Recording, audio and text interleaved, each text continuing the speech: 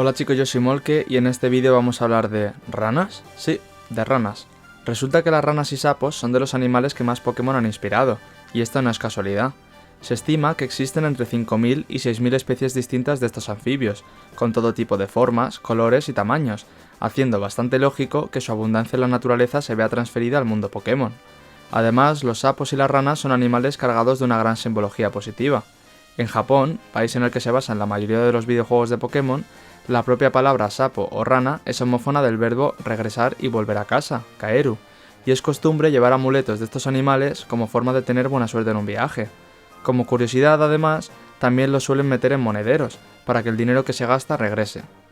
Por otra parte, en China, la rana simboliza la luna, y dicen que trae prosperidad, sanidad y fortuna, mientras que para algunas culturas indígenas, la rana era símbolo de felicidad, lluvia, cosechas, etc.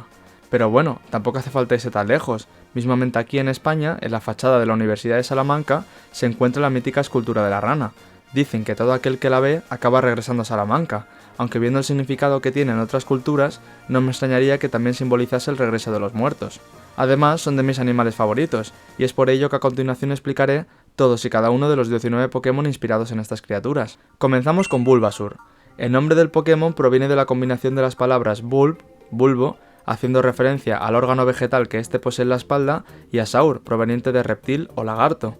Si bien es cierto que no es tan evidente como en sus evoluciones, está claro que Bulbasaur está basado en un sapo, de ahí su postura a cuatro patas, el tamaño de su gran cabeza, su tono verdoso y las manchas que posee por todo su cuerpo, característico de este tipo de animales.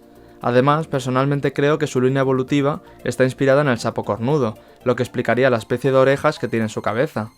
Ivysaur, similar a su preevolución, proviene de las palabras Ivy, hiedra, más saur, reptil, haciendo referencia a cómo la planta de su espalda va creciendo a medida que el Pokémon evoluciona. Por último tenemos a Venusaur, el más interesante de los tres. Para empezar, su nombre hace referencia a la planta Venus atrapamoscas, la cual, como los sapos, se alimentan de este tipo de insectos.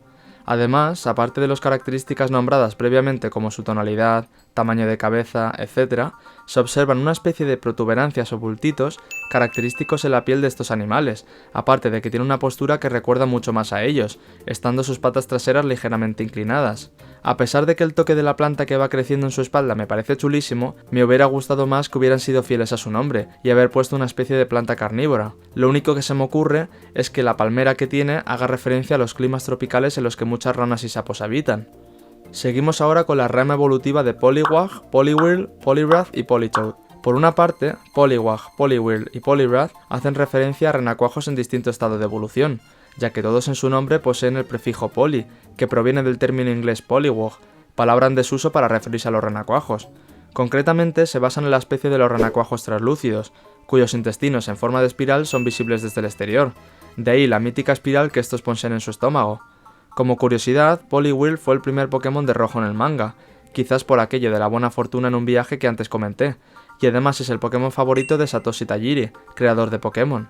Por último, Politoed, añadido posteriormente, representa el final no solo de su rama evolutiva, sino de también su etapa como renacuajo, ya que este está basado en un sapo, de ahí el sufijo toed, similar a la palabra inglesa utilizada para referirse a los sapos. Sin embargo, se le sigue observando la espiral en el estómago, por lo que podría estar basado también en la rana de cristal, que, al igual que los renacuajos, son completamente translúcidas.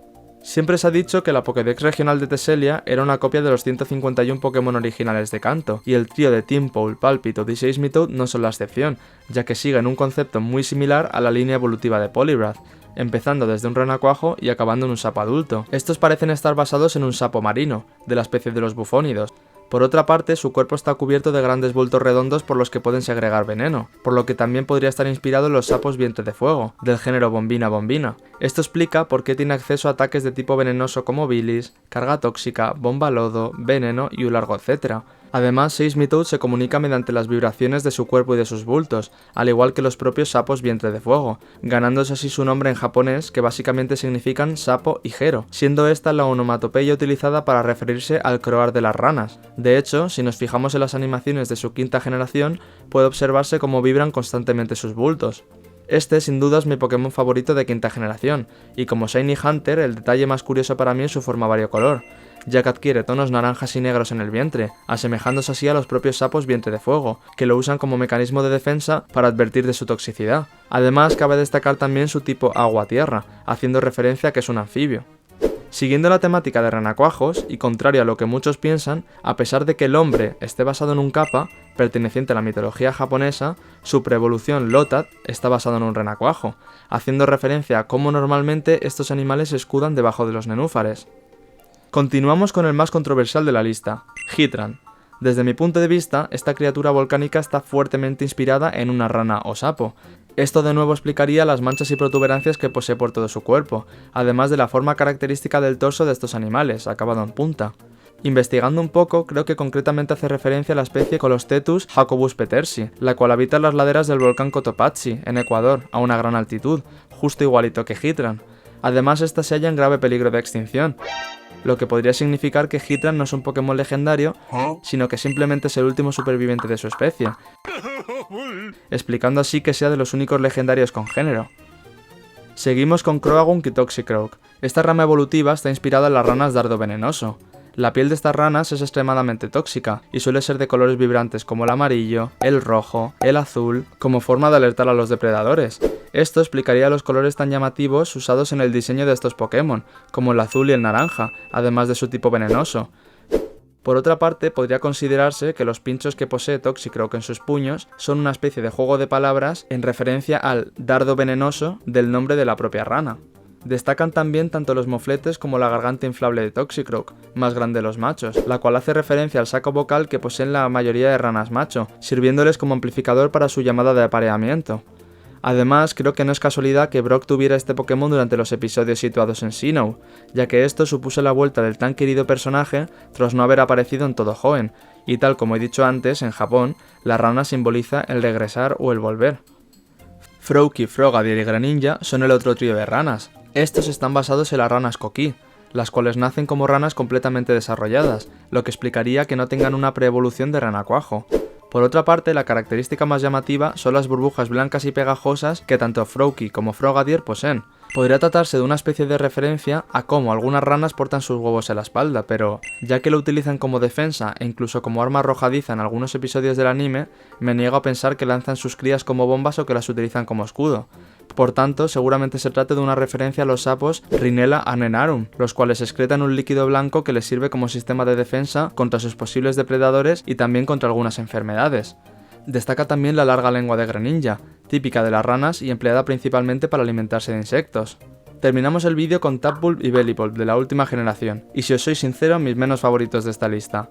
Tadbulb está claramente inspirado en un renacuajo y una bombilla, haciendo referencia a su tipo eléctrico, mientras que Bellibolt está basado en la rana enana cubaya, originaria de Sudamérica. Esta especie de rana se infla en su parte trasera para asustar a los depredadores con una especie de manchas que se asemejan a unos grandes ojos, lo que explica por qué Bellibolt es tan ancho de caderas, además de los extraños patrones que posee en su espalda. Por otra parte, su tipo eléctrico podría estar inspirado en un estudio realizado en la Universidad de Córdoba, España, país en el que, por cierto, está basado la región de Paldea, en el que se descubrió que un hueso de un aguacate o una palta en descomposición es capaz de generar grandes corrientes eléctricas. Esto explicaría tanto la forma del Pokémon, que se asemeja a la de un aguacate, como el círculo negro de su pecho en el que genera la electricidad, siendo este el hueso del fruto. Y bueno, hasta aquí llega el vídeo. Si os ha gustado o os ha parecido interesante, no olvidéis darle a like y suscribiros, y hasta la próxima. Adiós.